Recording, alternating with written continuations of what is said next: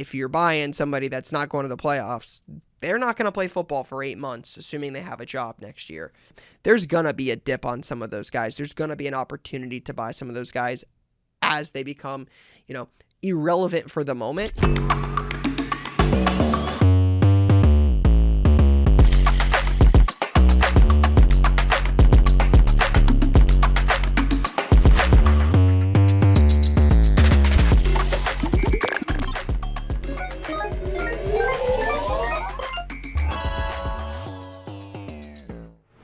All right, what's going on, guys? Welcome back to another episode of Cards and Content. Today, we will film the last episode of 2025, and that is certainly the thing on my mind today is as the year is nearly over, by the time it drops, this episode will be officially New Year's Eve. Looking back on this journey, ever since the last Card Talk episode ended, I always wondered what the next chapter for podcasts would be for me and for our team. And here we are. I mean, we're 47, 48 episodes in at this point. Had no idea what would be in store when we started this podcast, right? Just a different opportunity to talk about the things we were doing, the things we were seeing, the experiences we had in the market as we are trying to build a, big time sports card business, while also being able to talk to some really cool people, hear some cool stories, hear experiences, from people in all different avenues in, the sports card and collectibles industry, because it's not just sports cards. We heard from TCG, we heard from, people that worked in the space, that were, also collectors, but also worked in the space. And I don't mean worked in the space like own their own companies, like worked for other companies, but we also heard people that did own their own companies and own card shops and are content creators, and really got to talk to a plethora of people in the first the first year we did it. So excited for next year and what that has in store, but grateful to all of those of you who sit down and listen and provide feedback and share these episodes. It does not go unnoticed, and it is the biggest reason that this thing still goes, and that I'm excited for 2026 and beyond. So again, if you've listened to 1 minute or every episode we've done in 2025, just know I again appreciate that tremendously. So excited for next year, but we're gonna wrap up 25 with a Q&A. I think this is our third one this year. We're gonna do 10 questions. We got a lot of questions for this one, so seriously, shout out to every single person that submitted one. I got some really good ones, a couple that didn't make this, but I wanted to pick out 10 for the last episode of the year. Have some fun episodes planned in the beginning of 26. So we'll be back with an interview here soon, but want to do some Q&A to wrap up the year. All right, 10 questions. Here we go. First question.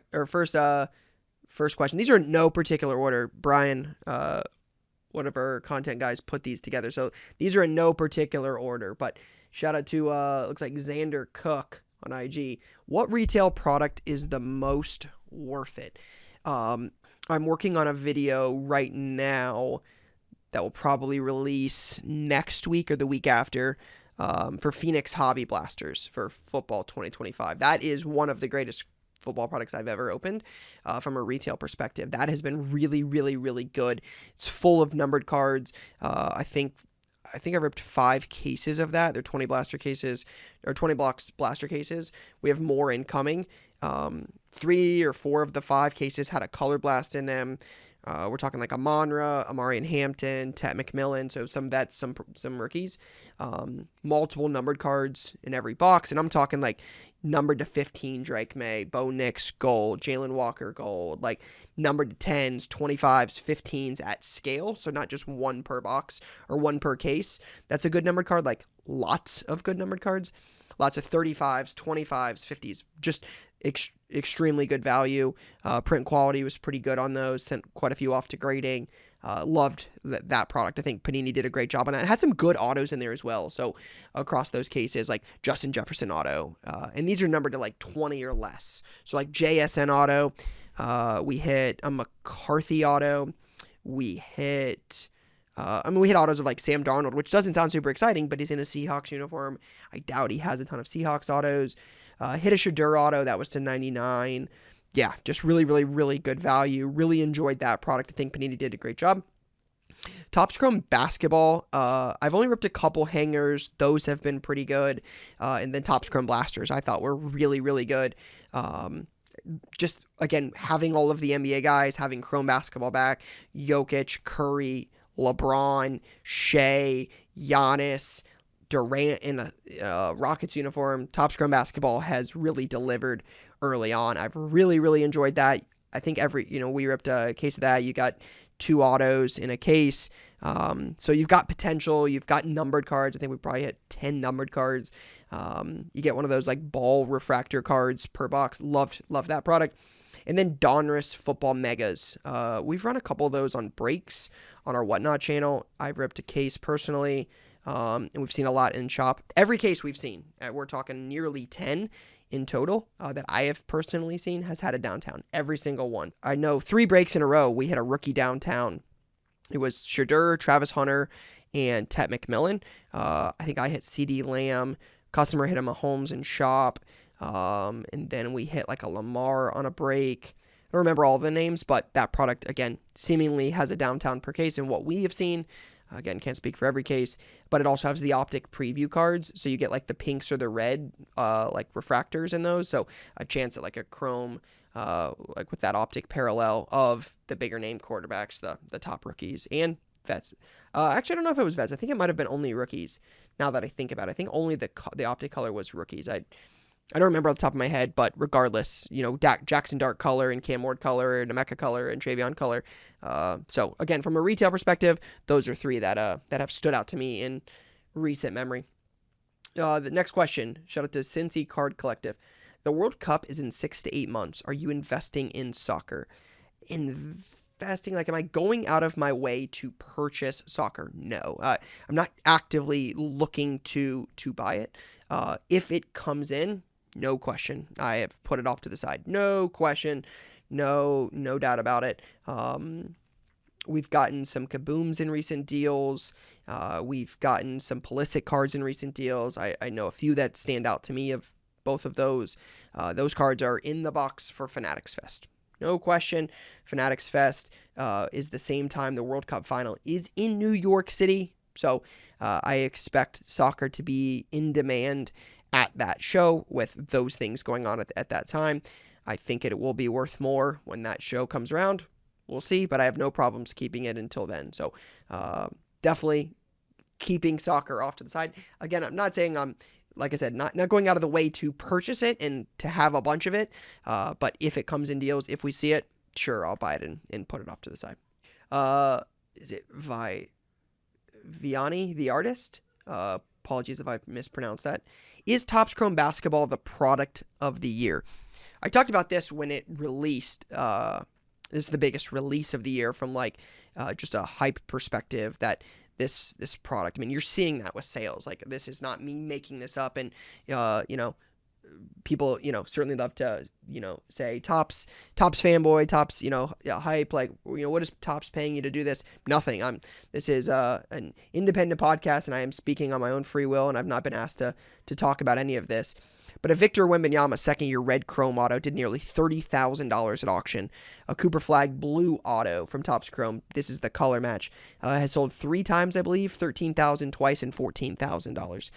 Orange auto redemption did 20. It was a gold or an orange redemption of Cooper Flag. Brian, I've got card ladder up here. I think it was a redemption of Flag, but a true orange refractor on card auto at bids to $26,000. The sales, especially on some of the top end of this, show that this product is huge. We did a video on YouTube recently about my top 5 products of the year, and I'll share them with you now. But I ripped them if you want to see them opened on YouTube. As someone that loves to rip product, loves to product, preview and post those videos on YouTube. Definitely have had my fair share of opening, and the top 5 that stood out to me in 2025 were Topps Chrome Basketball. For sure. Great product. Loved it. A lot of value with vets and a great rookie class. Color, on-card autos. I don't think everyone was on card, but, Flag was on card. Some of the bigger names were on card.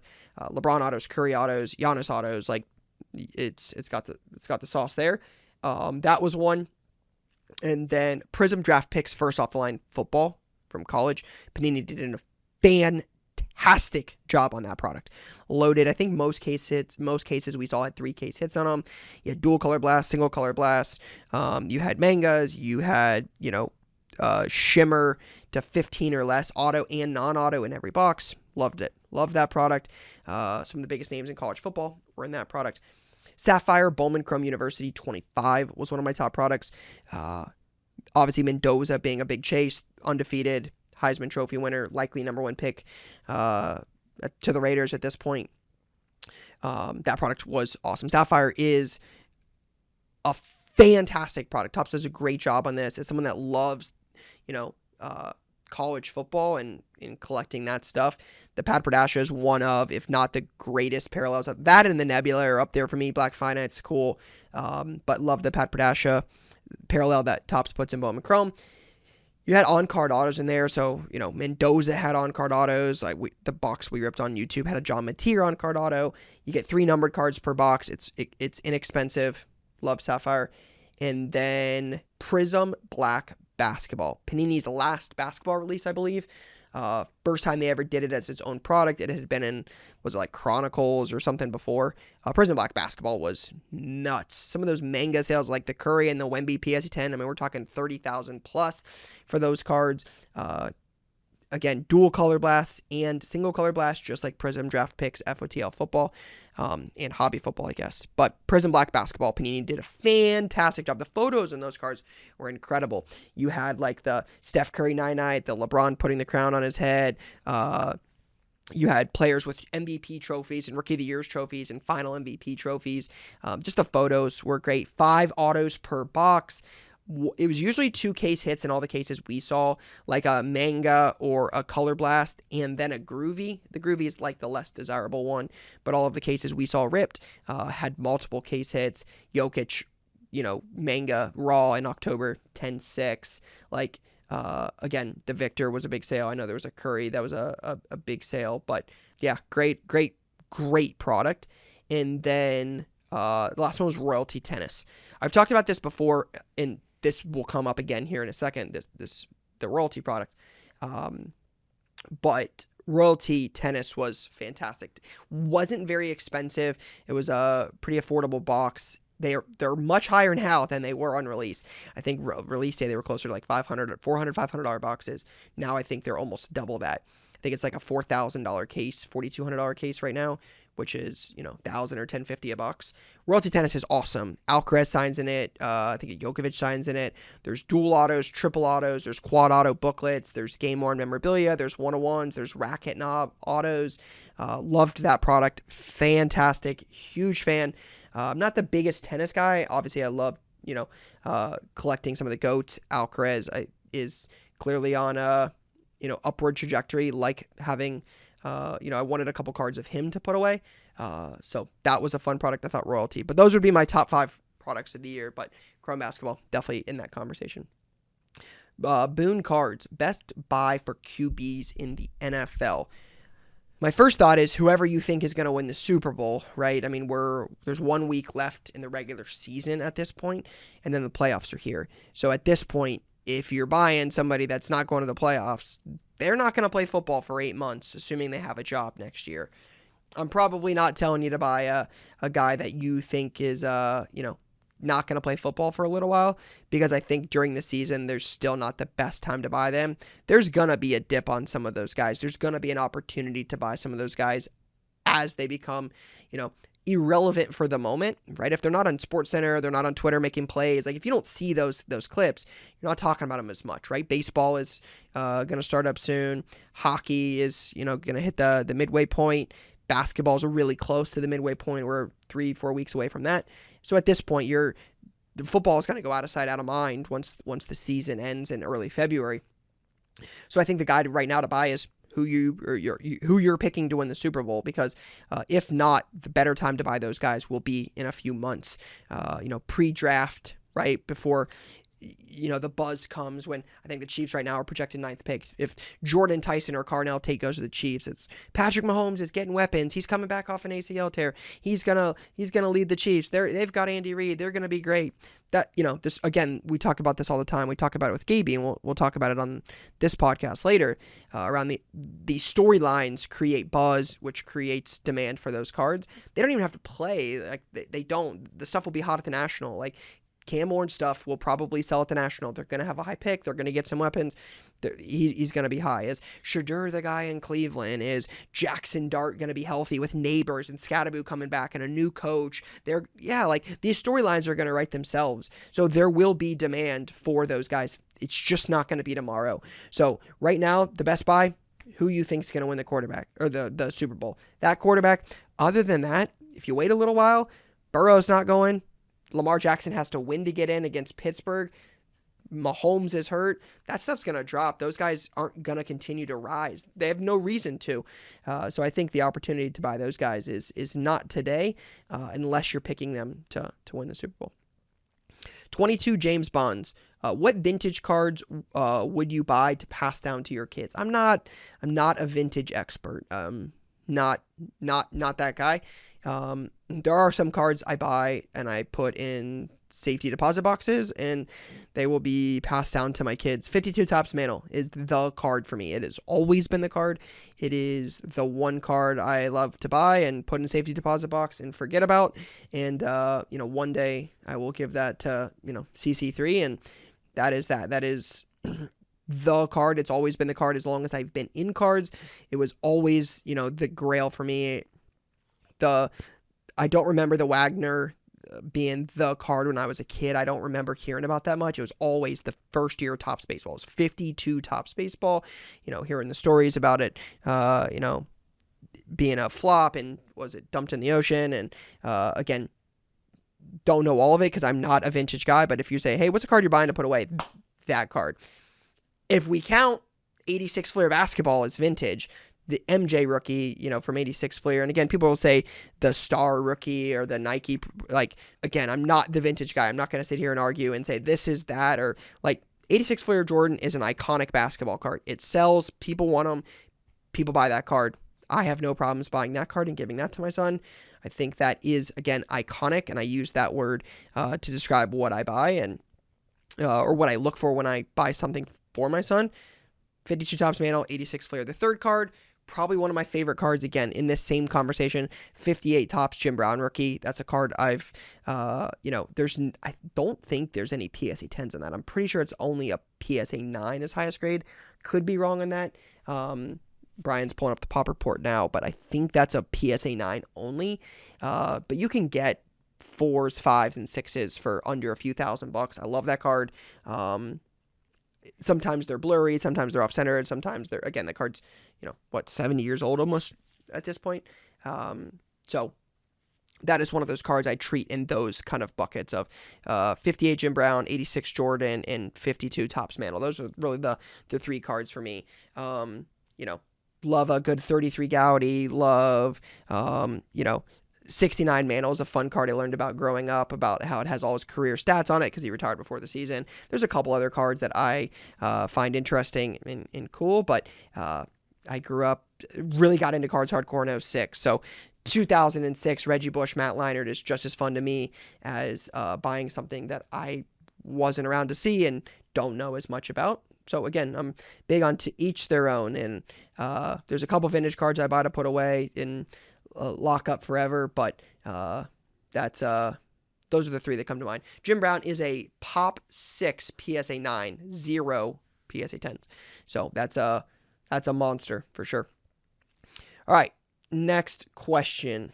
What card is on your 2026 bucket list to own? Shout out to my great friend Kayla Collects, one of the best human beings in this entire space. Kayla, top card on my bucket list. I was thinking about this the other day, and I think about One of the cards that has been on my list for so long, so incredibly long, is the Art Box Harry Potter triple. It's always been on my list. Back when we did this on Card Talk and people would ask, hey, what card do you want to own? The Ron, Hermione, Harry triple auto from Art Box. There's, I think, supposedly 20 of them in the world. Somebody had one on eBay for like $100K, and reportedly, I think I saw this on like Facebook, had turned down like $50,000 for the card. To me, as much as I would love to own that card, I would rather have a 52 Topps Mantle to give to my son than that card. I would rather buy a Harry Potter, one of the early first copies of the book. I realize the first edition ones are insanely expensive. I can't afford those. But I'd rather buy like a Harry Potter OG book signed by the cast members, because I saw this on Golden. I think we talked about this previously, when there was like a triple copy. There was a triple auto available on Golden, and there was a copy of like the book that sold on Golden. Again, I'm only speaking just with guessing on this, but the book sold for a fraction of what the triple auto did. So that card's been on my list for a long time, but I don't look at that and say like, that's a card I want to go spend $50,000 real dollars on. I don't mess a lot in that space. I'm very open about that. I sold an Otani this year. I sold some stuff like that, and I look at that and I'm like, not really sure. Is that the book? No, that's the hardcover. Sorry, Brian's got up the Golden 1997 Harry Potter and the Philosopher's Stone UK first print hardcover book. That's the first print one. This sold in September of 23 for $122,000. There's one that recently sold. I think it was on Golden. That was like a search like Harry Potter signed cast book. Anyways, I'll see if Brian can pull that up. But I don't mess in that world at that price point a ton. I like to be sub 5 figures. That's just the stuff I prefer to collect. I like $1,000 cards, $2,000 cards to pass down, not cards that are worth, $50K plus. Here's the book I was talking about. I don't even think this was it. This one's signed by everyone. This gives you an example, though. Harry Potter and the Sorcerer's Stone cast signed first American collector's edition hardcover book. It has Radcliffe, Emma Watson, Bonnie Wright, Adam Houston, a couple other ones, sold for $7K. That one doesn't have all three of them because I don't think Ron's on there. But again, get an idea that that book sold for $7K. The triple auto is really, really expensive. So to answer the question, something on my want list. Man, it's a great question. I've been fortunate enough to really pick up some stuff over the last 18 months. I've really, really enjoyed collecting stuff I didn't know if I would ever own. It would probably be a first-year Disney Super. That would probably be it. Again, when you become a parent and you get the luxury of collecting with your child, nothing in the world beats that. So collecting with my son is certainly one of the greatest things about this hobby for me right now. So I own the first year Woody Super. That is a card I will probably be buried with. So if you ask me like what would be a card I would want my 2026 bucket list, it would probably be a first year Disney Super.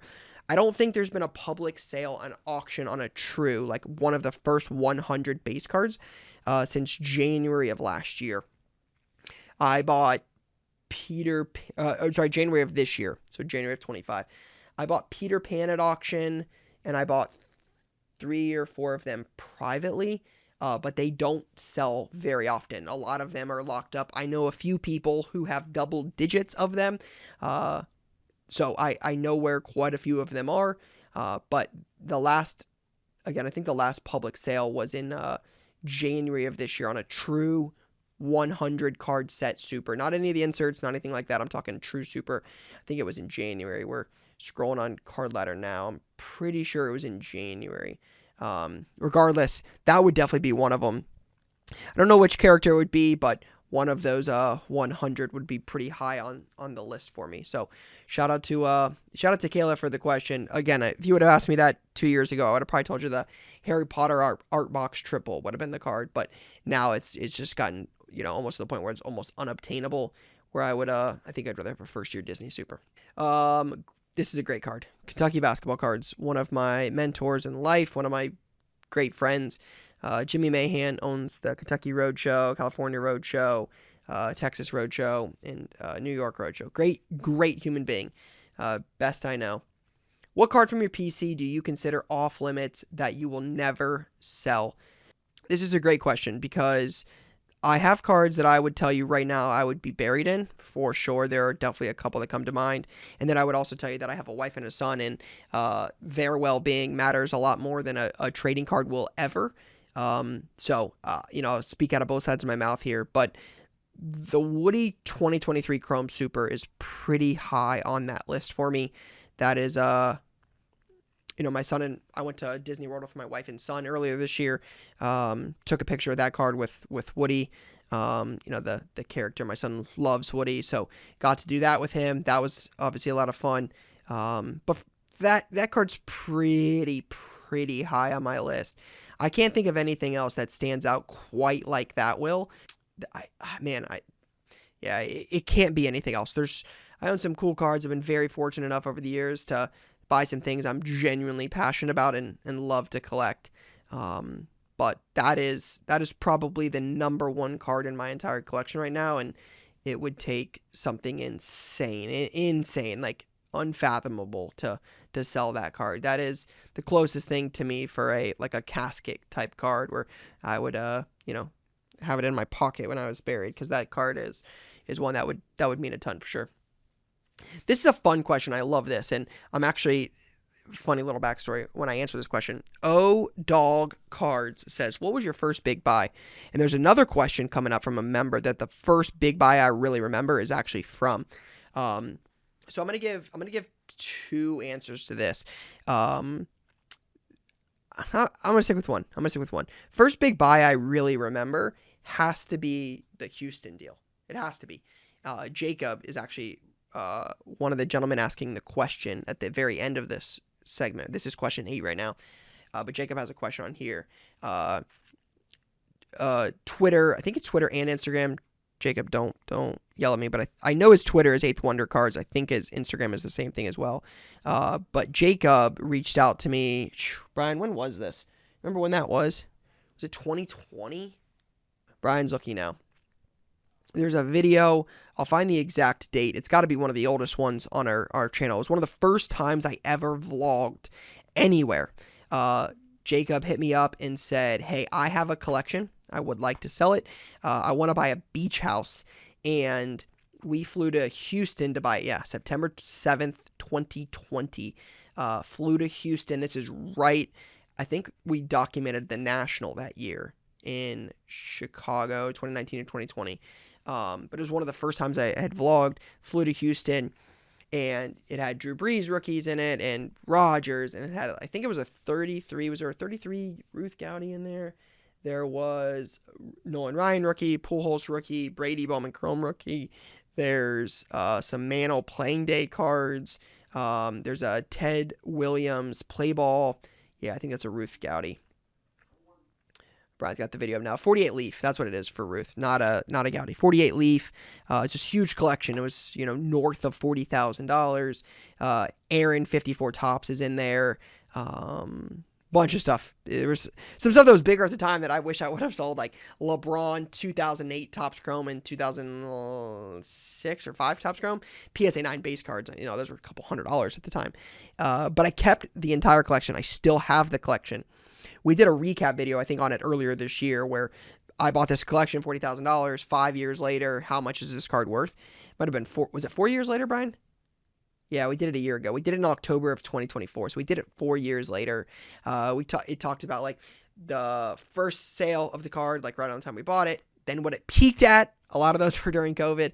And then what it was currently worth at the time. So it would be fun to check on it again a year later. But it was cool because, again, Jacob was somebody that I've interacted with dozens of times and got to know over the years since then. But the collection is cool because it has iconic rookie cards in it, but also what he did with the money was pretty cool. They bought a beach house. I know that. And I think Jacob said they did pretty well in the beach house. They renovated it. They spruce it up. And then I think they sold it. And I'm pretty sure Jacob, I think he commented on this video or gave us some insight after, but I don't have it in front of me, but I'm pretty sure he did pretty well on that beach house. But it was just cool to be able to buy it and track it, and also understand that was like really the beginning of the journey for me on YouTube. That was pre, Brian or anyone on our content team. That was another good friend who actually had filmed that for me. So pretty cool. But that's definitely the one that I look at and say that was really like my first big buy that I really, really, really remember. That was just something completely different. So yeah, shout out to Jacob. But that was definitely one. And then we'll go to Jacob's question now. I'll do that one. I'll save the there's a good question at the end. But Jacob, 8th Wonder Cards, says, if you could partner with one current Ohio athlete to open another store, who's your pick? I mean, I think you got to look at this from like a card vault by Tom Brady perspective and say, the bigger the name, the better. I originally read this as an Ohio State athlete, but it says Ohio athlete. So if I had to say Ohio, I'm going to go with my first answer because I thought it was Ohio State, so I'm going to read it as that, and I'm going to say it's Jeremiah Smith. Again, this is the greatest football player in America. This is the best wide receiver I've seen play. Dude's going to be a top 5 pick. He's the real deal. He's awesome. But again, like when you open a store like these, you need a big name. Tom Brady's as big as it gets, right? He's opening up, I think they're opening up store number 11 in Sacramento. So congrats to Chris and their team. But that was definitely the first one that came to mind. Anybody else, again, reading it now as not Ohio State, it's got to be Joe Burrow, right? Joe Cool, that's the best-selling athlete for me ever in the history of my card store. It was a big deal when they were rookies. It's been a big deal when they went to the Super Bowl. Haven't made the playoffs in a couple of years, so we'll see how they rebound. But he's definitely up there from OU, from that Athens area. Played at Ohio State, went to Ohio State for a few years. Obviously transferred to LSU, won a Heisman, won a national title. But no question, his popularity is all time. So Joe Burrow would be up there as well. Last one. This is a good one to end this one before we get into Stockwatch with Gabe. What are you looking forward to with Topps getting the NFL license back in early 2026? This is from our good friend Alex, Army ATC 22. Man, a lot of things come to mind. Obviously, some of the first answers have got to be the same things with basketball, with Chrome, right? Topps Chrome football, Patrick Mahomes Superfractor, because I believe they have a deal with Brady, and I believe Brady would be in there. Tom Brady, Topps Chrome Superfractor. Tom Brady, Topps Chrome Superfractor Auto. Those things sound beyond exciting. Carry that over to a finest, a Chrome Cosmic. The baseball products turned into football. Sign me up for that. Topps Dynasty Football. Diamond Icons Football.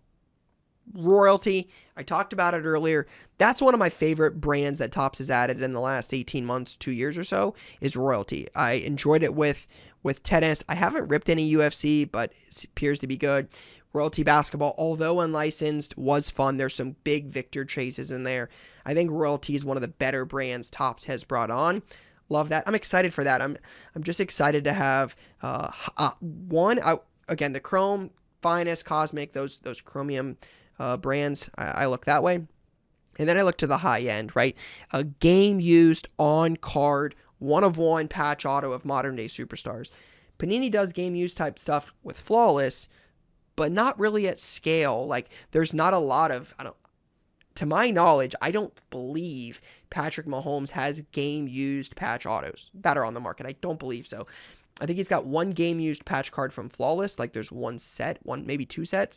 But for the most part, they're player worn. Give me a Joe Burrow game used patch auto. Give me a Patrick Mahomes game used patch auto. I'm looking forward to some high end game used patch autos. That's a big thing in the card market. If you look back, 10 plus years ago when you had National Treasures, Exquisite, some of those big time patch autos that were game worn, the good old days. I'm looking forward to Topps bringing some of that stuff back and to be able to collect high-end patch autos of some of the NFL's best that, one day we'll look back on and say, I remember when this guy was doing this, and this guy was winning MVPs and Offensive Players of the Years and rushing for 2,000 yards. We have that ability with a lot of guys, but there's there's a little window where there's not as much game used patch auto stuff, and I think that's one thing I really look forward to. The buyback I think will be fun. I think that's a real fun way to get people into hobby stores. So yeah, Topps has done some cool stuff, but debut patch auto is another good one. Hopefully, gosh, could you imagine Jeremiah Smith? I won't be able to afford it. It'll be humongous. It'll be ginormous. Jeremiah Smith, game used, debut patch auto. I've been talking about how I believe the debut patch auto is the greatest modern day trading card invention. I think it's the single best card you can have of any player. You got a Jeremiah Smith debut patch auto. Gosh. They're going to get the license in April of this year. He's not even going to be drafted this year. He's going to be drafted next year. All signs point to that. All signs point to Jeremiah Smith having a debut patch auto. Whew, man, gosh, sign me up. Sign me up for that. So that's what I'm looking forward to. All right, 10 questions, real quick, just like that. Shout out to everybody who tuned in there. Let's hop over to Stockwatch. Still got Stockwatch this week as we prepare for the bowl game starting tonight with our guy Gabe CardCollector2. All right, what's going on, guys? Welcome back to another episode of Stockwatch. First off, Happy New Year's Eve to everybody listening. Hopefully you guys had a great holiday. Shout out to my guy Gabe CardCollector2 for joining us once again to talk all things college football. Hours away at this point from Ohio State, Miami, and then a full day of games to kick off the new year. So first off, my friend, hopefully you, most importantly, had an amazing holiday, but excited to be back chatting college football with you. Yes, I'm excited to be back. I hope you had a fun and whimsical holiday season. I am excited for college football, New Year's Day, New Year's Eve, college football playoffs in full. We've been waiting 3 weeks for these games just about. So finally we get these matchups. We get to talk cards. I'm ready. Yeah, it's we got through that first round. Didn't really see anything too chaotic. Now we're here. Now we're ready to talk. Really the most important round. The teams with buys are ready to play. This is where we're gonna find out who's a pretender and who's a contender, and we'll be we're 36 hours away from finding out the best 4 teams in college football. So excited for that. We'll get into some of those predictions here in a sec, but let's just fire off. This is the last one in 2025, so this is an important stock watch. This is stock up, stock down with the last one in 2025. So I guess the big question is who we putting on the list? Yes, to end the year, I'm going to go with one of my favorite guys of the season, one of my favorite teams, BYU quarterback Bear Bachmeier, MVP of the Pop-Tart Bowl. His stuff is going crazy. I would say crazy. He's only got autos in Leaf. I myself sold an auto for $85, and I don't think the cheapest you're finding them is like $70 right now. Very limited supply. It's in his high school jersey. He's a lefty wearing number 47, so it just looks very funky. He might have been on Value Bin Play of the Week at one point, and his autos are going up. And I'm excited to see what they do in the portal. They bring back Sataki, so definitely a guy for years to come, hopefully, in the blue and white. Yeah, shout out the Pop-Tart Bowl first and foremost. That bowl was incredibly well done. If all of the bowls were that good, I think the college football bowl game season would be 10 times more electric than that. Than what it already might be. That was a job well done. I think they lost. They lose a D coordinator though? They lose somebody. They did. He's going to Michigan. That's what I thought. I was like, I don't think I'm crazy when I saw that. Obviously, like you said, you retain the head coach. Bachmeier comes back. Yeah, I mean, the stuff sells well. Again, this is. I think we'll get into this kind of idea here in a little bit later in the segment around the idea of like, if you're paying attention to guys that don't have a lot of stuff, might be some opportunities to buy. This is definitely something, like, if I didn't know Bear Bachmeier because of you, I would pass these up in value boxes. I would not know this. Like you said, it looks odd. It's got that 47 jersey. It's 2024 Leaf Collective, like some kind of like multi-sport, or like a multi-product, like, eclectic Leaf type product. But he's got autos 30, 40, 45, 85 yours. Like he's got some big sales, and again, he doesn't have a lot of stuff. So if that doesn't change, and I don't anticipate it will, college football release season's usually towards the end of the season, not in the summer. So like there's likely not going to be a ton more stuff of his coming out, and it's going to leave you with a low supply for a guy who's probably going to be pretty talked about heading into next season. I mean, his team only lost 2 games. They only lost to Texas Tech twice. That's it. They lost to one team, a fourth ranked team in the CFP. I believe. I think they were 4th, right? Mm-hmm. Yeah, 4th ranked team in CFP. So yeah, we'll see. But I would imagine there's a little bit of buzz around Bachmeier and BYU heading into next season. Yeah, he's a fun player. All right, number 2, going with, kind of odd. His team lost, but I'm still going to rock with him. Ahmad Hardy, running back at Missouri. Just kind of a disappointing offensive performance. They had nobody playing. You and I probably could have played wide receiver out there. They were all just hurt, injured, sick, what have you. They're starting Matt Zollers. We'll see what happens if they get a portal guy. But Ahmad Hardy just 10 yards shy of leading the country in rushing this season. He broke the Missouri single season record with like 1,639 yards. But he's a guy, when I was in Columbus and we recorded and I think we were talking about him, he might have gone off for like 300 that week. And I was like, I think Ahmad Hardy, not quite next year's Jeremiah Love, but like the number 1 guy entering the year. I think he's going to be all the buzz. So more of like, hey, maybe we should stock up on this guy. He's got some pretty solid sales here and there. I think his base autos continue to rise. And then, of course, we always see some crazy high-end sales that kind of stay consistent. So, Ahmad Hardy, definitely one of my favorite guys going into next season. Yeah, definitely a solid seller. I mean, his Bowman Chrome base autos are $30. It's a pretty strong sale for a running back. Obviously, speaks to what Jeremiah Love stuff does these days, considering like he's 6 times that price, 5 times that price. But yeah, Ahmad Hardy been on Stockwatch a couple times. Like I think week 6 or so, he was leading the country in rush yards, and that's when I wasn't super familiar with him, and you would kind of put him on. You'd put him on here and talked about him. And then, like you said, when he came to Columbus, he's had a couple big games. We'll see. Like Pabula's in the portal again, right? Mm-hmm. Yep. So we'll see like you said, we'll see what happens next year. Zollers has been on here as a guy that has sold well before, though. Like he sells better than you might expect for a guy that's been the 2 for a while. I mean, Pabula was hurt a little bit, but 13-7 against Virginia, but man, 1,649 yards, 6.5 yards a carry. That's some good work. Yeah, and that was a kid who transferred in from Louisiana Monroe and increased his production jumping into the SEC. So I'm a big Ahmad Hardy guy heading into next year. All right, who's the third and final? Number 3, we're going Buckeyes here because this guy's got some crazy sales. Yes. So soak it in right here. Carnell Tate. His stuff, Ryan, on fire. We sold one. That's how I know. This dude is on fire. Insane. And just, I think he's getting wide receiver 1 hype for the draft. I'm not a big I love Jordan Tyson as a player, can't stay healthy. So that concerns me. Like I, as a NFL GM, do not want to invest $30-40 million, whatever his contract would be, into him when Carnell Tate is sitting right there. So I'm in on Carnell Tate, and his stuff is just going nutty right now. Some big time sales. When I was going through, and I was like, who do I want to talk about? And Carnell Tate, I was like, you know what?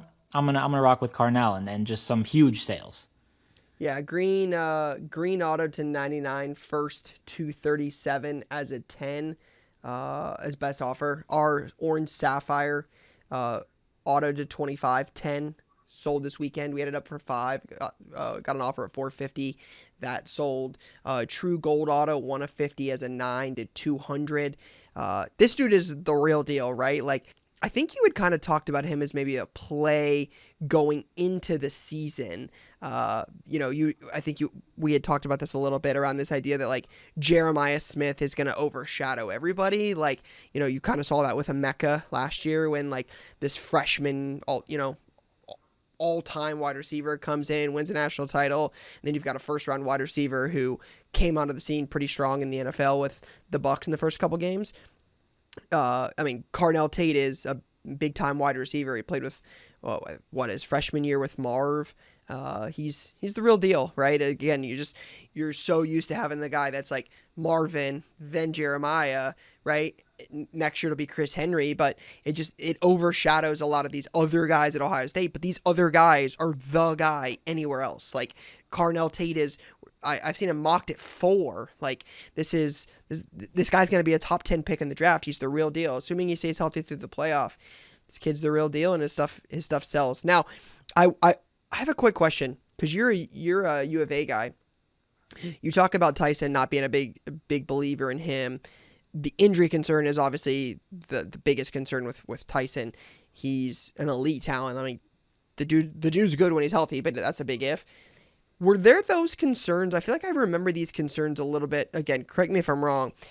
Did Ted have these concerns last year? Because I remember Ted, like the vertical, the shot of him just catching the ball, standing straight up. I mean, the dude had like freak range. But like, did Ted have like the injury concerns? Obviously not to the scale that Tyson did. I know Tyson's, he's been injured every single year he's missed time. So I'm just curious, like, he's likely going to be top 14 pick, top 15 pick, depending on how the last week of the NFL shakes up. But did Ted have that last year? So he didn't have any injury concern, but like for me personally, and I think a lot of people kind of started saying it as well, or just we're in agreement where it's like, I've never seen him like go out and just block a dude and run him. Like I question his physicality a little bit. Like, does he have that dog in him? Like I've never seen him run somebody over. He'll go moss somebody, but I've never seen him just like absolutely dominate anyone physically. And then I think later in the little pre-draft process, there was some concerns about his like practice habits and is he a dog? Is he focused? How bad does he want to play football? Yeah, exactly. So I think that was kind of his concern. But yeah, athlete health. I think he was pretty healthy his career. But I think those were kind of the two knocks.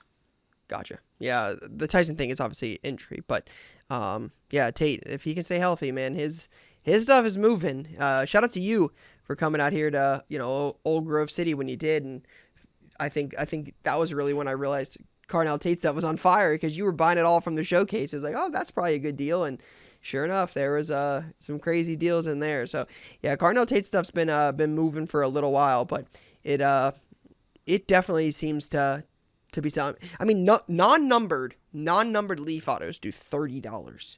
Non-numbered. That's like a Maud Hardy, second best running back in America, like Bowman Chrome licensed true first rookie auto. Carnell Tate stuff right now is those are good sales. Yeah. So I'm happy. I've got a good amount of Carnell that I've just been scooping up. I probably was buying into the first at like $40-ish or so, 40, 50. So I feel good heading into draft season. I'm rocking with them wide receiver 1 until further notice. So I missed the numbering. It was caught in the title. I guess I should have realized most Leaf stuff is numbered out of 9, out of 7, out of 6, out of 4. Again, they're all kind of, Leaf does that with their numbering, but unnumbered Luminance auto 45, a couple random numbered Leaf autos $35. He's a Prism Draft auto $53. Prism Draft Silver Auto, $89 for Prism Draft from this year auto. It's him catching the ball at Michigan State or Northwestern one. I think it was Northwestern when they played in Wrigley, and there was that real tight field. And they again, if you were watching the game, he's going against the corner and the camera goes away. You can't see it from the main overhead view. And they cut to the side camera and he's catching it diving. That's where the photo's taken. So it's a cool photo. But yeah, Carnell Tate. Through the roof right now. Shout out. That makes me feel good though, man. Last week of the year, last week of 2025, we finally got a Buckeye on the stock up list, man. That's what we needed. Had to deliver.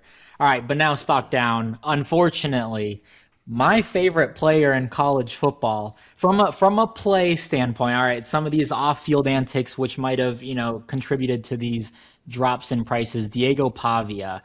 Stuff is down tremendously, Ryan. There are some rough sales for him. And just, ever since the Heisman ceremony, I would say, again, whether, people thought he was going to win and then just the off-field stuff, he is invited to, I believe it's the Panini Senior Bowl. he's gonna measure like under 5'11", 5'10", I imagine. Is he an NFL quarterback, right? I think he's just a great college football player. So it's like, like what are we doing with Diego Pavia's stock, you know? And it's just kind of crumbled. So Crumbled is down. being generous. I did not realize it was this bad. I actually thought he was a little bit higher. I mean, you have a Bowman's Best Greatness Awaits auto for $26, like Bowman Chrome first auto for $28. That's less than the last Ahmad Hardy sale. I mean, yeah. Again, I'm not a Pavia guy. He doesn't do it for me. Don't think he's very good. He won a couple games at Vandy, finished second on the Heisman. Cool, but yeah, I ain't got a whole lot for old Diego. Yeah, so down bad. I never really bought into it just because it was like I just don't know what his NFL. I doubt he has much NFL outlook. Didn't really think he was gonna win the Heisman. That was just kind of a dream of mine. Just my favorite. He's just a fun player to watch. But You were a little. We should run the tape back on that. I think you were a little bit more pro Pavia than you might be leading on here after the guy has some, meltdown, had some clubs and F the voters and goes on his, all-time tirade. I think we should run the tape back on that. That's a hot take of the day if I've ever seen one. fair. All right, yes, him or Love, all for the Heisman. But afterwards, I'm like, all right, fine, whatever, give it to Fernando. So, anyways, Pavia down. Next up, another guy. He's mostly been on this list down a couple times.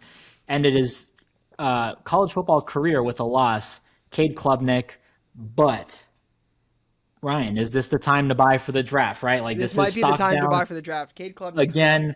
shall rise 7-6, just a disappointing season from everybody. On like not like Clemson probably has 6 guys who will go in the top 50 in the NFL draft, and none of them had like particularly great seasons. Like, oh, at least like this was the bright spot, or like he really improved his stock. Like all of them were just kind of down. So Yep. it's not great, but it's like, hey, are we jumping back in the draft? Ryan, all you need is one throw at pro day in his in his purple shorts. I can see him just on the run going across Zach body, Wilson. going left, throw to the Yeah. right. A 35, 40-yard deep post. Whew. Yep. Yeah. You're gonna 6'2", hit 210. McShay's gonna move him up the draft board. His hands are gonna measure large or something. We're gonna find some crazy middle school tape he never lost. I mean, something's gonna happen. But yeah, there's again, I've been a Cade Klubnik guy for a while. It was great freshman, sophomore, great junior year, comes back, should have went pro, 7-6, ends his career at Clemson. They've not been the same since Ohio State beat them with Olave and Fields and Garrett, like smacked them senseless. Just not been the same since. Like, I think they lost like 6 games over like a 4-year period. They hadn't lost much. Now they've lost 6 games this year. Like, time for a fresh reset. Klubnik will go on to the draft, and I'm not saying he's going to be first or second overall. I feel it's Mendoza's to lose at this point, and I think Dante Moore will ultimately go pro and be pretty high up there. But there's always a draft story that likes to tell you that this guy is going to be good, this guy's going to be good, this guy can throw the ball, this guy's got the intangibles, he's got the size, whatever the story is. Again, I've been saying that for weeks. I just think it's going to happen. Yeah. So I still have some stuff left over from the season. I foolishly probably should have just sold everything. I think we've had that discussion. I was like, you know what? I'm cool selling all the high-end guys right at peak, right at the season, national, just like you would, for NFL and such. So I've got some stuff left over. Let's let it ride. But I mean, some of his, I'm sure some of his Bowman autos are doing under $20 right now. And you could probably get some high-end of just people who just want out. So I don't know. We'll see. Yeah, his first stuff does better, but yeah, I mean non-first because he's kind of a lifer at this point in the Bowman products. He's been in Bass, he's been in Chrome, like he's been in a lot of stuff. But yeah, he's got some like sales, but some of his better stuff has done okay. But yeah, I just look at these and you got a 23 Bowman Chrome, again non-first. I think his first is 22, but $550. I'll buy it for $550. I mean, I'll buy it for $5.50 for sure. Like, do I think he's gonna be good? we'll see. But do I think it'll sell for $15 on draft day? Yeah, I do. Yeah, yeah. I bought on auction a 2023 Sapphire, so not his first SGC But 1010 first, for but first 37. year of Sapphire. First year of Sapphire, yes. Yep. SGC 1010 for $37. To me, I'm just like, I feel like I can relist that for $59.99. Make my money. Don't got to make huge money on it, but just, get it at auction pretty cheap, relist it, and move on with my day. 100%. Yeah, I Cool. mean, you got it for 37. The last Raw did $35 2 months earlier. So Yeah, there we go. And last one, I'm also going to pick on his teammate here. Like I just said, you know, none of his teammates, none of these guys who had like first round grades heading into the year performed particularly well. And that also includes Antonio Williams. He is a guy, he was freshman All American, had a great season, then got injured, then had a very strong season last year, one of the best receivers, probably like top five ish among all receivers. And then this year, didn't play a whole lot versus that or in that first game versus LSU, was kind of banged up, and he still has another year of eligibility. And he was like, "Yeah, I'm not going to use it. I'm heading for the draft." And I'm like, that was a little disappointing, and I wish he would have gone back another year. I get it, whatever, business decision, but his stuff also down. I mean, his stuff is probably down, 50% entirely. His Bowman first at one point were like $30 to $40 on the autos, and now I think I sold a refractor auto the other day for 15. So we shall see. He could be a guy. He could be, let's say he's healthy and another guy who's just for the draft, test well at the combine. People are like, hey, let's, put on the tape. Injury history for me is always a concern, but he did have first round grades entering the season. Hopefully a jump up in the pre-draft process. yeah, I mean, I don't think his stuff it's kind of all over the place. But there's a refractor auto November 12th from Quick and Sign that did like $3.50, but now, I mean, 12, 15, $20. So there's a Sapphire 10 orange auto at a 25 that just sold for $124 and change at bids as a PSA 10. So for a guy that may not have the productivity that you talk about, like those are okay sales. I mean, again, like for, what he's done and like what they did this year, probably not awful, all things considered. I don't hate the prices. I mean, a gold did $17, so it's kind of like some of the sales fluctuate because a mini diamond in a gold sold 3 days apart. Mini diamond's the pink, like the fuchsia looking one, did $24, and 3 days later a true gold to 50 did 17. So again, I think a little inconsistent might be the better term. I'm honestly surprised. Again, this is not, this is regardless of my pure hatred in all of the, the turmoil. Once again, running through Ann Arbor, like we joke about it, but like they seem to be in trouble every single offseason. Like every single offseason, something bad is happening in Michigan. That program's a disaster. It's a dumpster fire. So on top of all of those things, I just can't believe Bryce Underwhelm is not in this conversation. I just can't believe he's not on stock down. Like the guy was the number one recruit in America. This is a $10 million man. The guy throws for 60 some yards against Ohio State. I have no idea how Bryce, again, you make the list. I'll respect the list. I can't understand how Bryce Underwhelm is not on the list. That program's a disaster. There's talk. I'm sure we'll get into it. Like they just got a new coach. Is this guy going to transfer? He was a big deal. This is a big time recruit. Like this guy's going to save Michigan football. He's going to beat Ohio State. He can stop Ohio State. There's all those clips like LeBron, he's talking mad. He's talking crazy. The guy it was like the worst quarterback Ohio State played all year. This dude's a fraud. So Bowman Chrome first autos of that guy sell for $80. I mean, hobby boxes cost more than that. So, yeah, just not a believer in this dude. I think it's a fraud. I mean, if Bowman Chrome would have came out in the beginning of the year, some people would have lost a lot of money betting on this dude. Yeah, no, I'm with you on the disappointment as well. We could just wait till next week and see what they do versus Texas on New Year's Day when this will go live, and then we get to watch Bryce Underwood or Bryce Underwhelm, disappoint us yet again. So I'm okay, living with it and saving it for next week. the day before Christmas, a red image variation auto to 5. $1,625.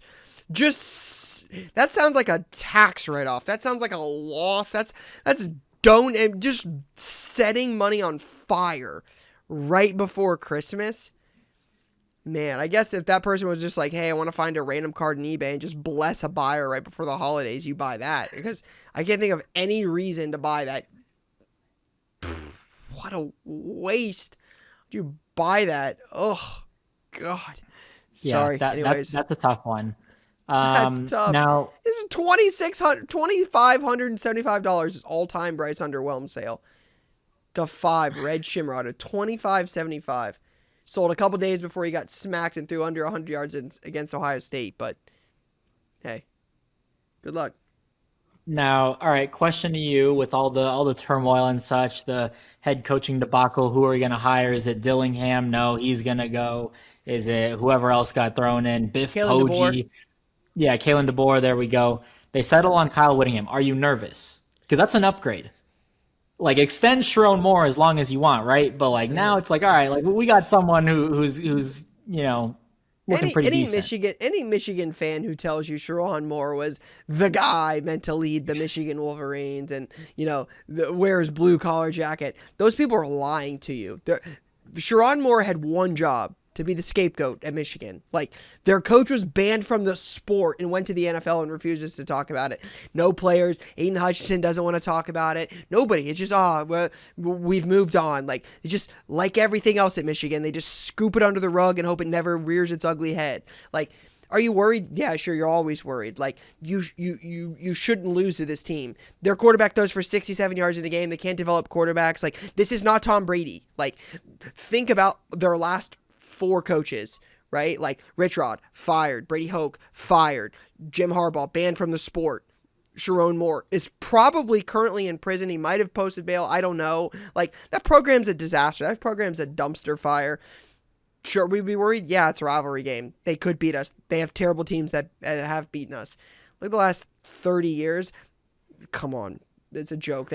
Again, I'm not going to go down the cheat to win a national title. We don't have time for all that today. I want to end the year on a little bit more positive vibes. That team stinks. Okay. It's a great hire, though, in my opinion. Yeah, because nobody else will take the job. Sure. Fair. Michigan fans will tell you that's a top 5 program. That's a second winningest coach or program all time. Excuse me. Like, Michigan, oh yeah, we got boosters, we got people we can buy, we can do all these things. Nobody wanted that job. They would have got who they wanted. Kyle Whittingham was not first on the Michigan board.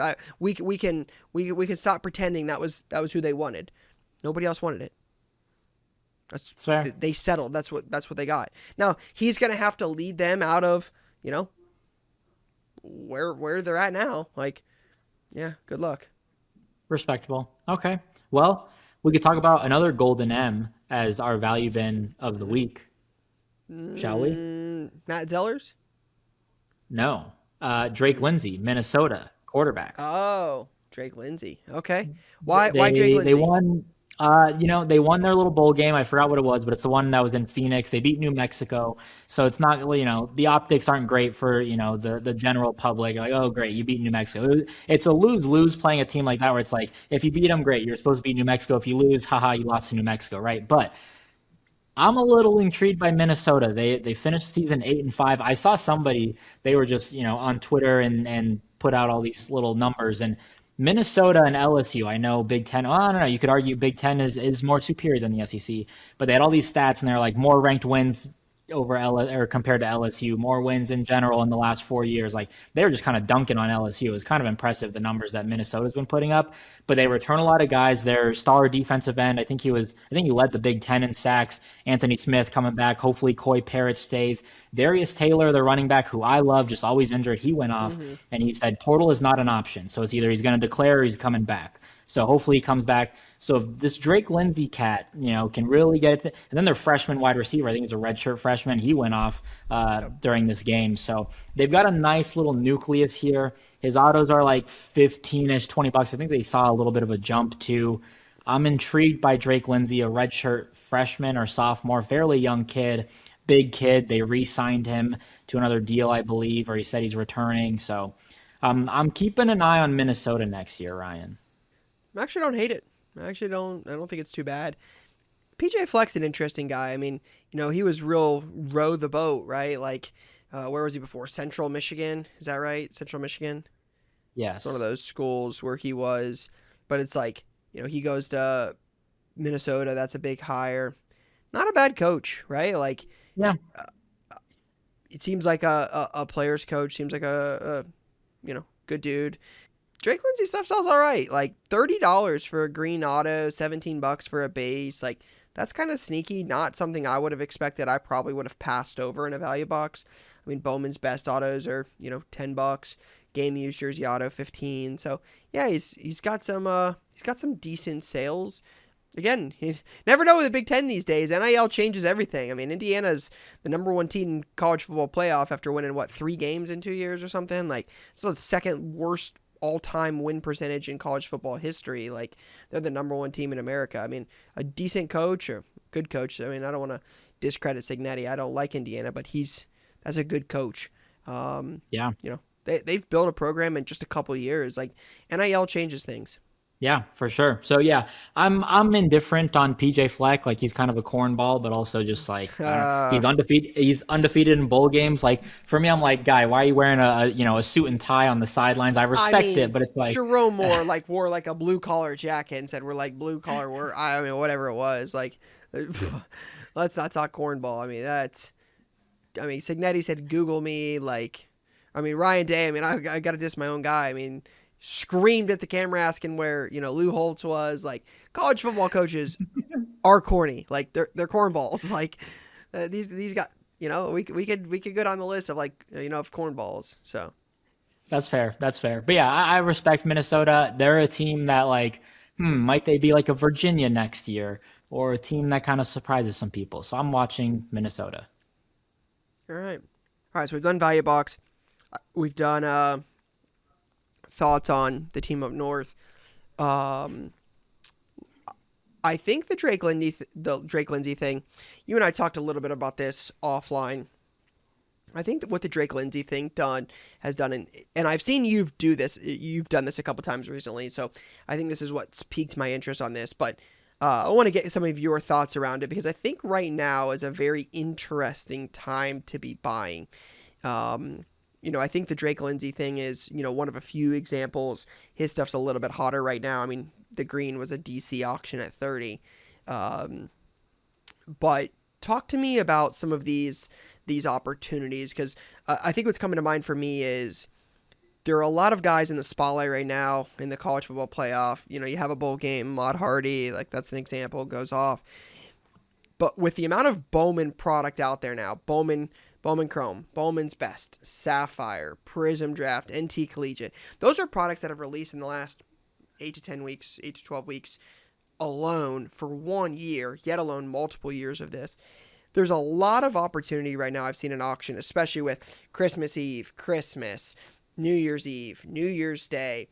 There are auctions ending every day on multiple platforms. There's live selling ability. I know this is something we can talk about, like, hey, how to make plays in the industry. But right now it feels like a really good time to be picking up stuff, preparing for the draft, the combine, potentially next year. I mean, if you don't mind waiting or you're buying some cheaper stuff. I mean, I don't know how many people want to tie up thousands and thousands of dollars into next season, but I've noticed lately you've been buying a lot, and I've kept my eye on some things that I believe right now. I got my eyes on some things right now because I think right now might not be a bad time to pick up some stuff. Maybe make a play. Yeah, no, I like it.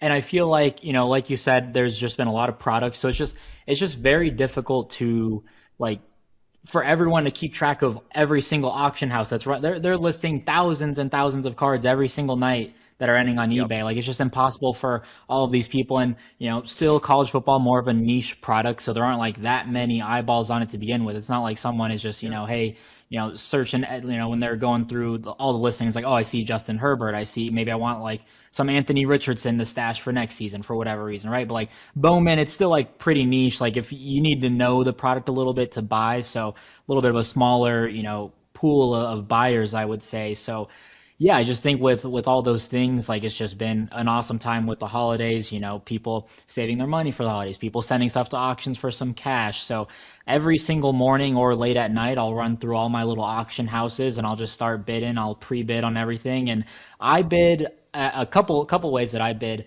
I bid like, hey, if I saw this card at a card show at a table, how much would I pay for it? So that's what I'll type in.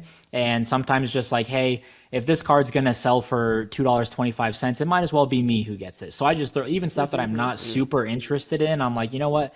D'Angelo Pons, yellow mini diamond at 350 for $1.75. If that's going to go for $1.75, it might as well be me. So just even placing a single bid on an item, it is time consuming just with the number of listings. I mean, you go through DC and there's 7 pages of 60 items dude. ending I every love single buying night. on DC. I love Just buying on on DC. just Bowman, like, Ryan, I don't even yeah, do any other yeah, cards. I just do Bowman University, and there's 300 cards every single night, yeah. and I'm bidding That's on not even, hundreds. like you said, that's not best. That's not, or I mean, I guess it could be best depending on how the listing is. But you've also got best, you've got Sapphire, you've got NT, you've got like, there's so many products, and especially some of those big auction houses. Like, this is a much bigger conversation for a whole nother day around like, success in buying in bulk and flipping and building equity in cards. It's a much bigger conversation. But the nicest part about some of these auction houses is the combined shipping thing. Like, again, bigger conversation for a bigger day. But when these companies, like when these, auction houses, like you search Bowman on DC right now, there's 3,000 plus listings. That's Bowman Chrome. Like, obviously there's some baseball in there, and like you've got to fine tune. Like, do they have Bowman U, Bowman University, Bowman's Best? Like, how do they list it? But it's not 5 auctions. Like, these are consignment companies. Like, they do thousands. They do volume because you send it in there and they handle all of it. So you search Bowman football, there's 1,100 plus items. Like, there's always something. Ending DC is one of 10 you can do this with that have this kind of volume, or similar type volumes. I know DC is one of the premier ones, but yeah, there's so much stuff ending. You can combine shipping within a few days. You could buy cards, like you said, every night. Like, this is people. I'm sure there's someone out there that does this full time. Like, just buys this kind of stuff, sends it to ComSeed, and not have to. I know you do a lot of that. Send it to ComSeed. So you don't have to touch it. Relist it on eBay as buy it now. Send it off to grading. Flip it at shows. Like, this is definitely a possibility. But I just look at this now as like, I think some of these guys are kind of out of sight, out of mind. Now that there's really 8 teams left, and by the we're 48 hours away from this podcast being released, there'll be 4 left, right? So then these guys don't play football for 8 more months. Some might go to the draft, some might go to the combine. So there'll be opportunities, but especially on auctions this time of year, because we're also not far from like Prism football and Optic football and Immaculate football, and when these other products come out, like this kind of stuff, like, just might take a backseat to that. And again, I like you said, college is more niche, but even as it like gets farther away from release day and there's no football on, like, people are still like, I think there's an opportunity to buy and put some of this stuff up. It might not be the most like transacted on every single day type stuff, but I think there's some plays. I like this stuff. Yeah. Yeah, I mean, I'm looking at my cart right now, and it's like, you don't need a huge budget. Like, what's nice about DC as well, like, it's $10 max shipping. Yeah. Once Next. you hit, your 25 cents, per cart or whatever. But like a Bo Parabola yellow mini diamond at 350, I got that for $1. So it's like, if you're starting with 20, $30, just relist that for $4.99, and just slowly grind. It's like a dollar box right here on the internet going every single day. Yeah. And I'm getting numbered Garrett Nussmeier for $1.75, gold Miller Moss showpieces for $1. Like, not a great quarterback, but a gold quarterback at $1. Relist that for $3.99, and grind it out. So I think the value, and I think you can talk about this too, is a lot of the value is in learning, right? It's in understanding which cards sell, which parallels sell, which players sell faster than others, which players you can't give away. $1, I'm willing to find out how a card will do. I'm willing to learn for $1. Like you said, if you have a $30 budget, you don't have as many opportunities to kind of miss. But as you've built more card equity, if Miller Moss does nothing, if he retires and is medically retired from football tomorrow, you lost $1. You'll be all right. I know you'll be all right. If Bo Perbula goes in the transfer portal, ends up at Penn State next year, that Bo Perbula is probably getting clicked for $5 or $6. Opportunity there. Again, some, planning on your part, understanding he's in the transfer portal, could get a little bit of name recognition when he transfers. But worst case scenario, you're at $1. And I think there's just as much value in the lesson as there is buying the card or selling the card. Yeah, for sure. Yeah, I'm all for buying, experimenting, learning. I am normally not a huge Bowman Best guy, but just some of the stuff is just I'm seeing a Max Clair pink lava refractor for $1. Like it's just one of those things. Like I'm gonna put a max bid at $2.01. If I win it, great, and I won it, and I love it. I'm happy. All right. Well, as we wrap it up, we do have some college football games to be played. The Buckeyes play tonight. Then tomorrow you've got 3 games. I know we talked about it last week, a little rapid fire, but I want to kind of dive into this. Spend five minutes or so on this. Who do you like moving on to the Final Four after this round of 8 games? The Oregon Texas Tech game stresses me out a lot. For sure. I could see this going. For sure. I could see this going 4 different ways: blowouts both ways, or close games for both teams. I don't know. Yep. I'm gonna trust Dan Lanning a little bit more. I know he's got one more good hype video in him at least that we'll see on the following day or the following 2 days. I'm going Oregon. I think I trust them a little bit more. Just the Big Ten in general, the preparation. Texas Tech, it's like, hey, this is their first year being up there. I just trust. I think Oregon, the operation, the staff, everything. I'm going Oregon. Yeah, it's funny because you took Oklahoma last week when they played Bama, and I look at this as very similar to me. It's like I feel like one of these teams has kind of been there before, been in some of these bigger moments more recently. While Oregon last year got blown out in the Rose Bowl against Ohio State. I feel like Oregon's a little bit like I just trust them more in this big game than I do Texas Tech.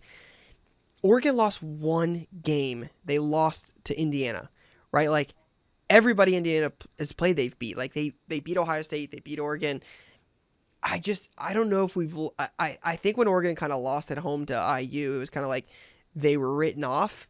And I just feel like they've been under the radar of like the Ohio State and Indiana in the Big Ten. Oregon is a team that worries me. Now, Jacob Rodriguez, who's the best defensive player in college football, one of them, like that dude could have a legacy game here and, have a statue built in, on Texas Tech's campus. Like he's the real deal. They've obviously got a great defensive line. I think the Bailey kid's like a projected top 10, top 15 pick. So this is one I agree with you so much. I could see this going either way. Like if Texas Tech wanted to be like, that makes sense. They're good. Like that makes sense. That defense is elite. Maybe Dante Moore's not quite ready. Run it back next year. We'll see. If I got a bet on this game, I think Oregon is going to come to play. I think they've got playmakers. I like Dan Lanning. Like not as my coach, but I think he's a good coach. I'm taking the Ducks. I'm taking the Ducks. Yeah, I'm with it. Alabama, Indiana. That one, I know I wasn't like super high on Alabama, but it's just also, I feel like that game is a little bit, that's a slow game, not going to be a lot of scoring. I think Indiana, Signetti just like to take his time and just slowly beat you down and just wear you out and just out scheme you. So I'm going Indiana by like, I know the spread is 7, so a little lame here, but I'm going to go by 7 right there. I just feel like it's a lower 17 to 10-ish game, maybe like 13-20, somewhere around there. It's hard to go against Indiana coming off of Ohio State. Now, we're also in that conversation though, Ryan, where it's like Indiana's been sitting for 3 weeks now. Like rest versus rust. These are college kids. They haven't been on like the best of schedule and routine. I don't know. Yeah, that's the more interesting debate is can Cignetti get these guys up after going undefeated, winning the Big Ten, like the Mendoza wins the Heisman, like it's been all sunshine and rainbows. Like it's almost like they won what they like it was their Super Bowl, beating Ohio State for a Big Ten title, securing a Heisman Trophy. Like it's great, but can you get those guys up again to play a team like Alabama, who is consistently in the discussion for one of the best teams in America? I mean, they've been that way for 15 years. I mean, it's been a while. Like since Saban started there, that's been a powerhouse. Obviously, they got DeBoer now, but so will they? Will IU be ready? IU's the better team. That's I don't love Alabama's defense. I think Mendoza throws a good ball. Like I said, I think your point is fair that I don't think they're going to come out and just try to like go high tempo, fast pace, and try to compete with SEC speed. I don't see that being the case, but I think I think they should beat Alabama. I like IU in that one, like 24-10, 24-13. I don't see it being super, super high scoring. I think Indiana's defense is the real deal. What's that kid's name? Aiden Fisher, I think is his name, that D lineman, one of the best in the Big Ten. They obviously have Pons. Yeah, I think they're the real deal. So I'm going to take IU, and I'm going to take IU to cover. Nice. All right, Georgia, Ole Miss. This is one, Ryan. I doubted the Dogs all year. I'm like, they don't do it for me. Might be one of the most dangerous teams. I'm going Georgia big over Ole Miss. I'm just not a big Ole Miss guy in general. Never have been all season, and now it's like meh. And then Georgia, I'm just a believer in them now. Like this is a multiple possession win. I don't even remember if they played earlier in the year. I don't think this is a rematch. But I don't like this for Ole Miss. Oh, it was 43-35 last time at Georgia. That is interesting. Yeah, another one of those games I look at and just say, do the distractions help or hurt you? Right? Like Indiana had them with like winning and like their end of season climax, and Mendoza. It was all sunshine and rainbows. Is Ole Miss motivated that Lane Kiffin's not there and kind of left them and said, nah, we're good, and like they play up to it? Georgia's, clicking at the right time. I said in the beginning, I thought Georgia is a good team. They scare me. Like, I want Ole Miss to win. I mean, obviously I want Ohio State to win, but I would much rather play Ole Miss because that's, if Ohio State wins, we'd play the winner of that game. So I definitely would rather play Ole Miss. Like, no question. I just don't see any way they get this done. I don't know if it'll be as insane as you think it'll be, but I don't think it's going to be close. Like 31-17. Yeah, okay. I would have gone like 13-35. I'm not. So a little more either way. Yeah. Or so a little more both ways. Yeah. I think Georgia's just gonna put them to bed. So yeah, I don't think it's gonna be super super competitive. Maybe in the first couple minutes, but Georgia's gonna come out in the second half and it's gonna be over. Yeah. All right. The last one. Well, technically the first one here. I'm going with our 11 Warriors, of course, but I think not Ryan. 9.5 is a lot of points, man. I don't know.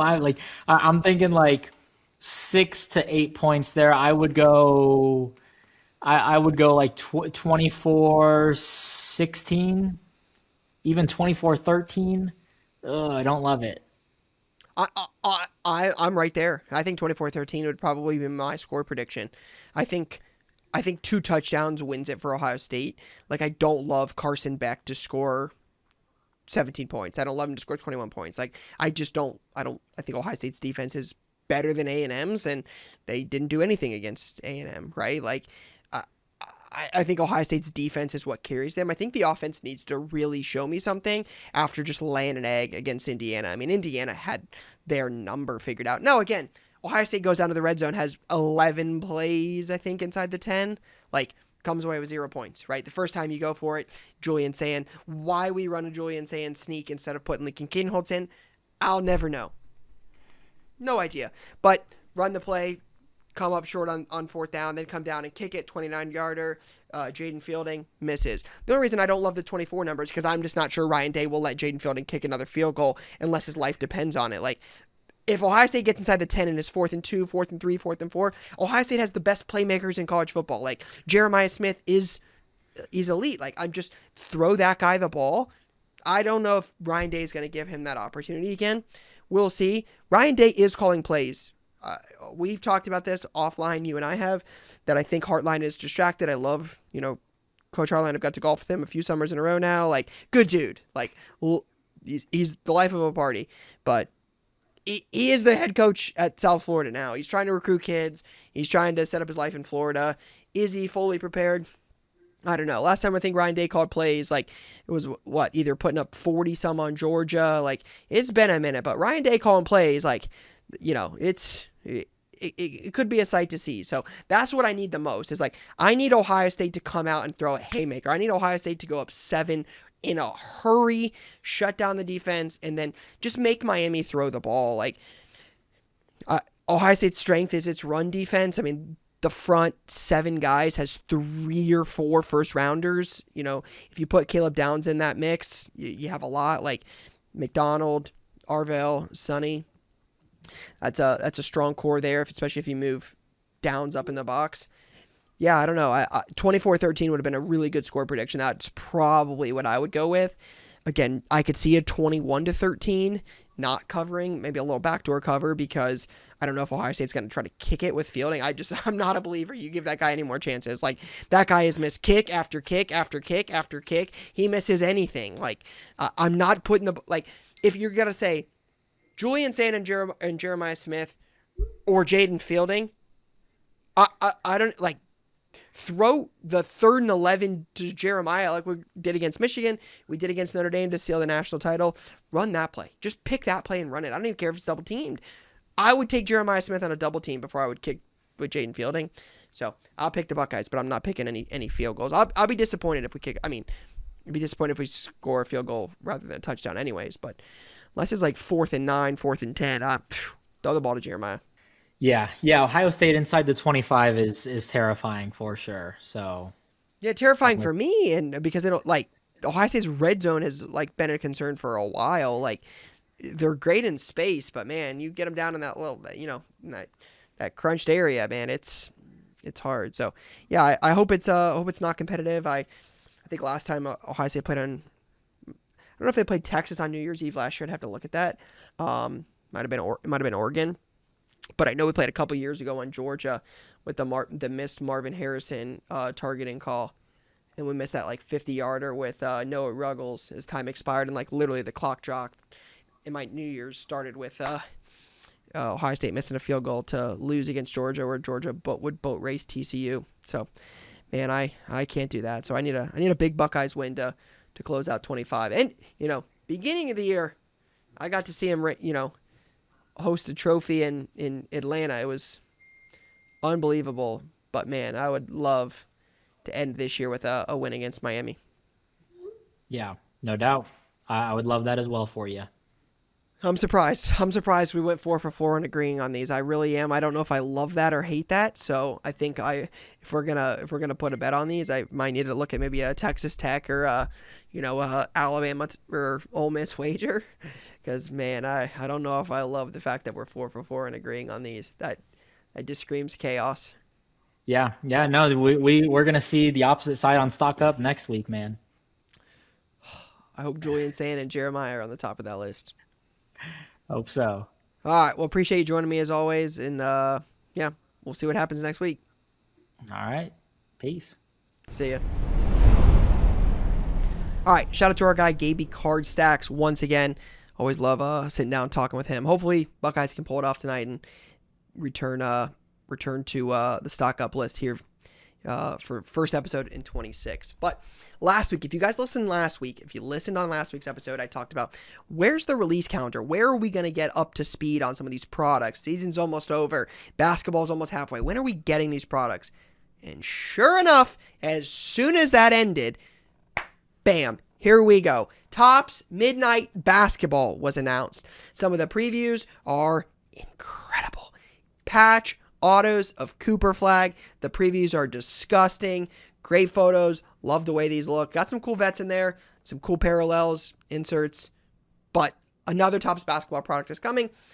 And then we saw an updated release calendar with Panini with Prism, Optic, and Immaculate in a 7-day period. 7 days. 3 of the top 6 products of the year for football. We'll see if that stands. I would be surprised. I really would be surprised. Immaculate football is due out 1/7. Prism football is due out 1/9. And Optic football is due out 1/14. 7 days, 3 products, early January. Not saying I haven't seen crazier stuff, but I would be surprised if all 3 do. Either way, Immaculate FOTL was on Panini's website released yesterday. And Prism Football FOTL is scheduled to be released at some point. So it is clear those 2 are in the works. Those 2 have got to be coming soon. Prism Retail Blasters were on eBay. We actually bought some of those, ripped some of those for a video that went live yesterday. Found somebody selling them on eBay. Not sure how that got out early, how Prism Retail is here well before Hobby, but it is clear. We talked about that last week, and next thing you know, here we go. Football and basketball, and that's great. Those are our bread and butter, so excited to get some good football and get some more basketball from Topps. It's a good time. Not a ton of crazy releases this week. Got some. It's honestly a lot of soccer. UEFA club competitions, museum, and Inception are supposed to come out this week. You got supposed to have a women's Champions League Chrome Soccer, and then Topps Star Wars Hyperspace. 5-star actually dropped earlier this week. I don't know if you guys caught that. Much different 5-star product than normal. This has normally been like a 2-card box, $250, $350, $400. This year, it's like north of $1,500 and has 5 autos. So a lot different of a product than it's normally been. How do you guys feel about that? I remember 5-star being like a quick rip 2-pack type box. And now we sit here and it's a lot different. It's 3-box case versus I think like 12 or 10 or 8. I'm trying to think what 5-star was in the past. Maybe 8. I think 8 sounds right. But I like it. I like the high-end release. 5-star is a great product. It's got some really cool triple autos, patch autos, cut signatures. I'm a fan of 5-star. I'm looking forward to it, hopefully coming in basketball and in football, and Topps moving that across the sports. But 5-star, big release this year. Big product. So last one, 2025. Shout out to everybody who listened, whether it was this episode or any of them or all of them. Just know you made this possible. Couldn't say thank you enough. We'll be back next week, January 2026, to do it all over again. Shout out to y'all for listening. Have a happy new year. We'll be back soon. Peace, guys.